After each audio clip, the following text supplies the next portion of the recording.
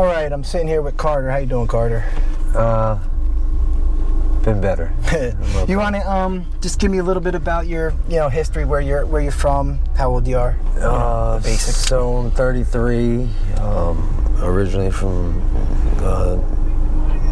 I've moved around a lot, so I lived in a lot of places: Jersey, Wilmington, Philly, Michigan, Atlanta, Indiana, back and forth between Wilmington and Trenton a lot.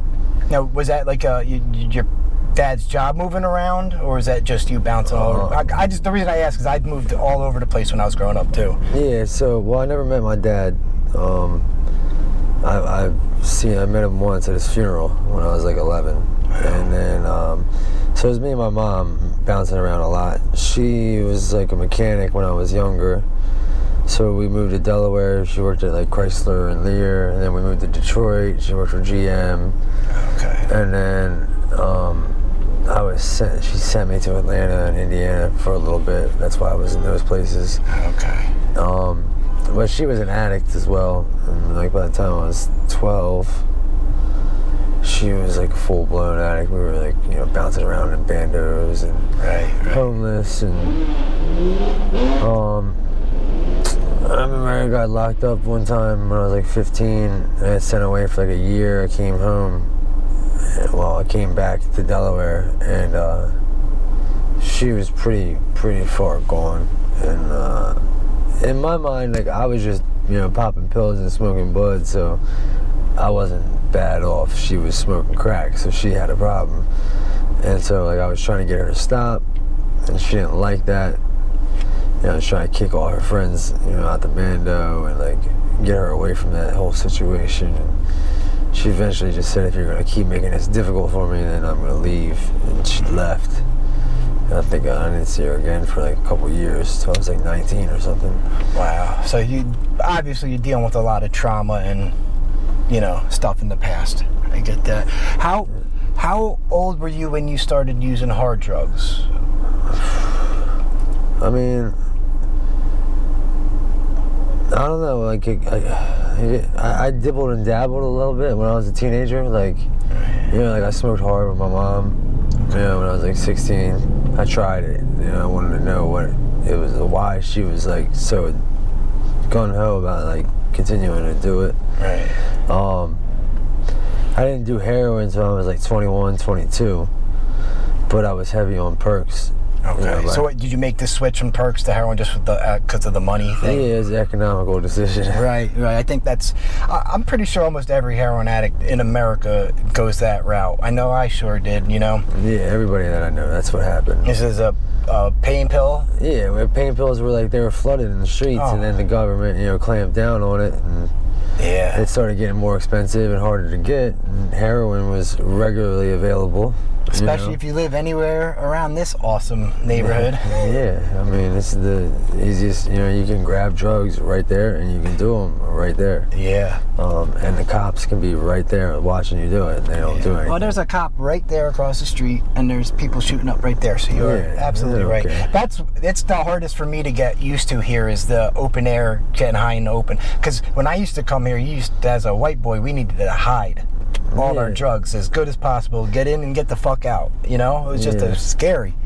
But so seeing all this stuff in open is wild to me. Yeah, well, it's all part of, it's a whole nother thing, but you can see it coming up the L. They're just gentrifying every section of the city. Yeah. Well, it's funny, when I do a video, I was down in Lower Kensington, down that way, past Huntington, down that.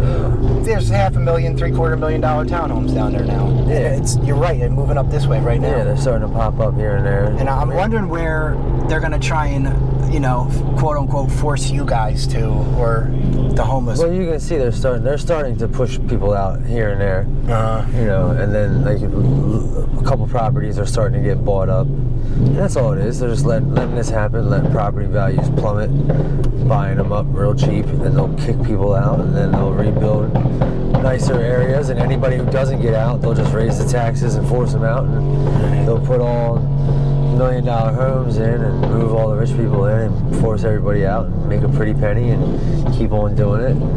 Yeah. And it'll probably go back down to the bottom of the L and start doing it again. Start doing it again. You want to see the future? Just look at the past. Yeah.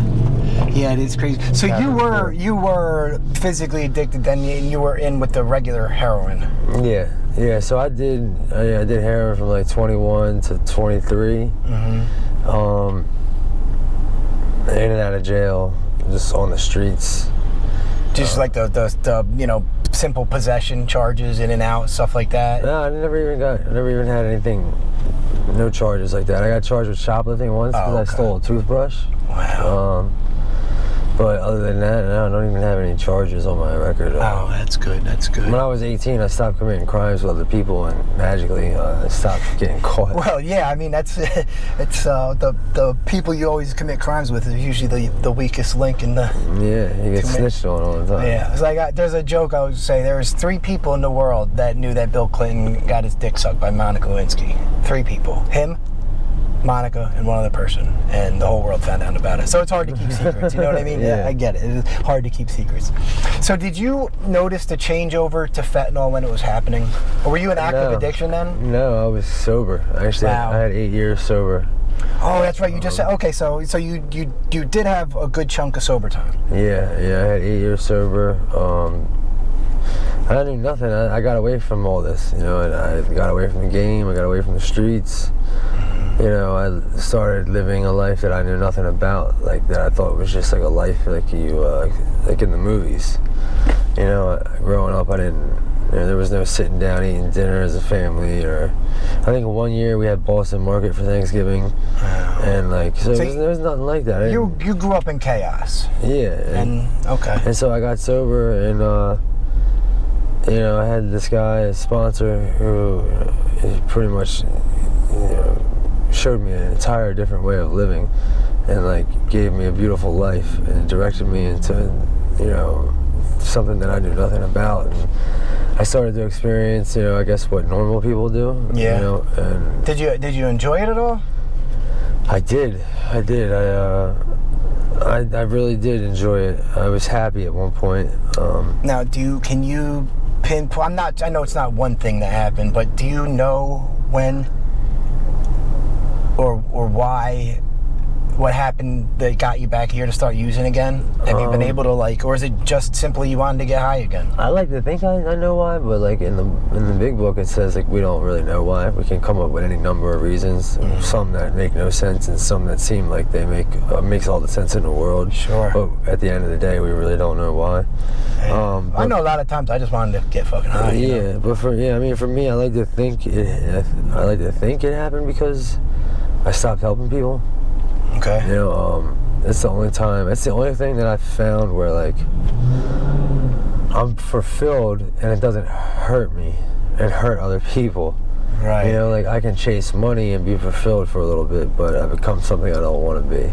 Right. So you're saying helping other people makes you feel good, is that what you're saying? Yeah, it makes me feel good without the negative side effects. Yeah. Drugs make me feel good, but there's negative side effects. Sure. Getting lots of money makes me feel good, but there's negative side effects. Chasing women makes me feel good, but there's negative side effects.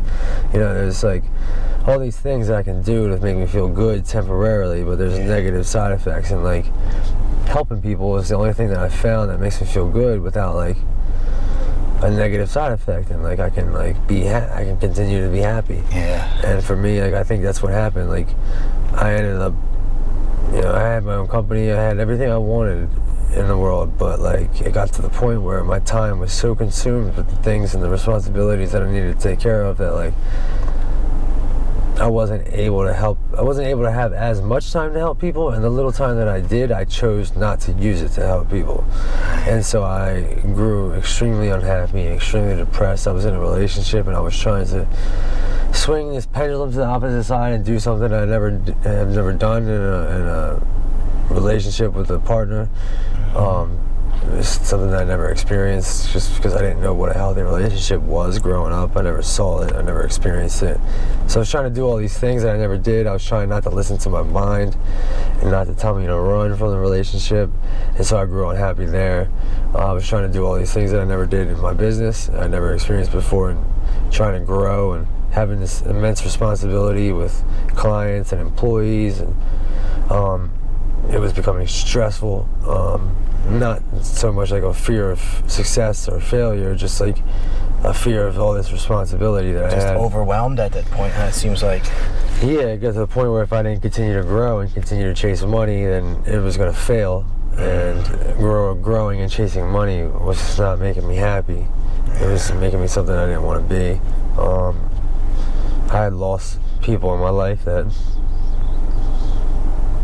you know, I still wish were a part of my life. I pushed them away. And,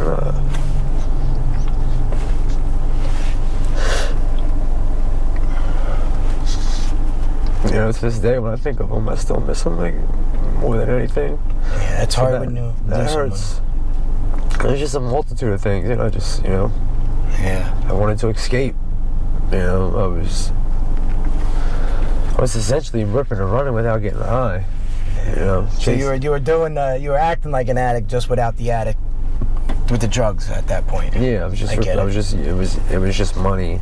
Yeah. And just money and like women and shit like that instead of drugs. No, I can completely relate to what you're saying though. You know, I understand. You know, it's with the helping people, I get such a joy out of doing this now, and so I understand, and I hopefully you can get back to that point at some time. Do you have any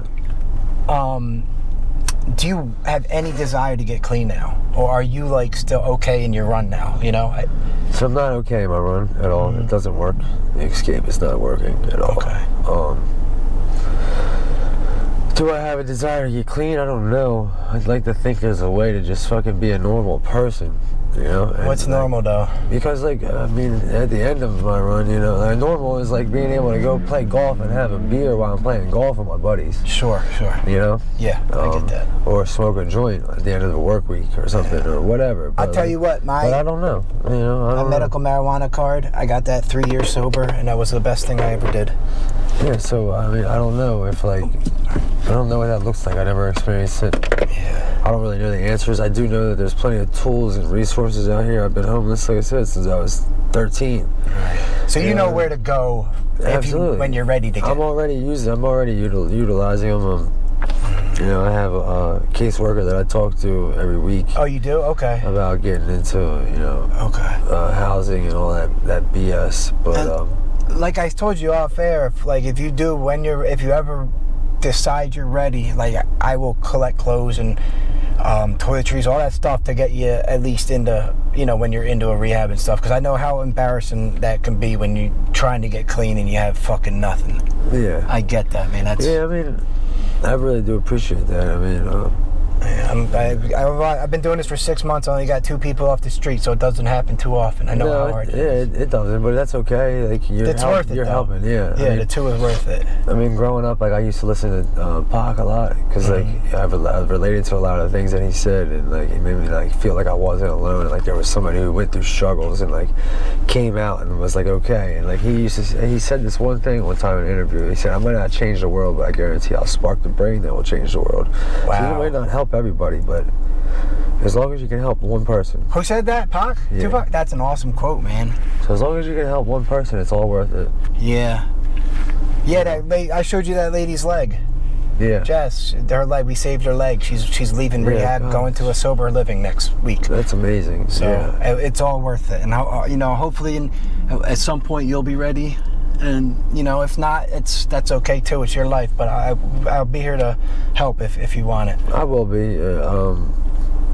I believe without a doubt there's a reason I'm here. I needed to come here. I didn't forget what it was like, but I forgot what it felt like. You're talking about being down here getting high? Yeah, just in the streets, just in the struggle. You know, like these are like. I've been blessed with the opportunity to rub shoulders with fucking, you know, millionaires and people like that now, but these are my people. This is where I'm from. These are the people that I relate to. You relate to more, yeah, these 100%. People are good people. There's so many good people out here. Yeah. So many smart people. You know, Dude, I interviewed a NASA scientist, a doctor. I mean, it doesn't discriminate, addiction. Yeah. We want to escape society, right? Because there's something off about it, and there's a reason that we want to get away. Me and him are childhood friends. Yeah, that's what I was just gonna bring it up. I'm gonna interview him. His sister's out here and my baby mom. Damn, I'm done with him in 2 minutes, and you're next. All right. Ronnie, go sit the fuck down somewhere. So that's your homie of what, 20 years? You were saying? I guess on and off. There he friend. is. Yeah, well, Associate. Yeah, well, I'm going to interview him next. He's a good talker from what I heard. He's a great talker. He'll talk your ear off. Awesome. Well, listen, I really appreciate you taking the time to do this. One more quick question. Sores. Do you deal with sores? Yeah. How bad? Not too bad. I got a couple here on my arm. Okay. So, you can even get into rehab with those. Yeah, I mean, there's certain ones that are... I used to think like, oh, these people are getting them because they're dirty and blah, blah, blah. And I've been out here for a while, but like I said, I've done this for so long, I know how to, I know there's reasons. Like I take a shower almost every day. I put on clean clothes every day. There's science behind it. The xylazine is a vasoconstrictor, and it doesn't put enough blood to the wounds to heal it. So you start rotting. There's science behind it. Staying clean definitely helps, but that's not what's doing this. You know what I mean? Yeah. Hygiene helps. And that's what I thought was doing it. And then all of a sudden, out of nowhere, boom. Mm-hmm. I got there was like 10 of them out of nowhere on my arms. Now, are you IV? Yeah. Drug use? Okay. Because I'm getting even people with... Well, I do both. Smoking I'll IV when I mix drugs. Yeah. When I do just the dope or whatever the fuck it is, I smoke it. Oh, okay. So. All right. I only IV my coke and dope. Oh, okay. So you do speedballs? Yeah. Okay. Now, is that just so you could stay awake, pretty much? Because people are telling me they do uppers now. To stay awake. But plus, it feels. I like the feeling. That's why. Let's not get it rook and that stuff. But I know people tell me they do meth now just so they don't pass out on. Yeah, but the meth out here is just. That's the craziest thing in the world. That's already synthetic, but out here it's just. I can't even imagine. It tastes so much. There's something. They're probably just making Gatorade bathtub meth. There's something wrong with it. It's it's just wild. I used to have to go to a biker bars to get that stuff. Yeah, I've done clean meth that doesn't taste like it's all chemicals and synthetic, and this shit out here is it's like double synthetic. It's horrible. Yeah. You can't sniff it. I tried to sniff a little. Was it burn too much? I tried to sniff a little tiny bit. It burned my nose so bad it opened up a fucking cut. Really? It scabbed up in my nose. Yeah. Wow. Damn. So it's really bad. You can't sniff the coke out here either. It's shooter's coke. Yeah.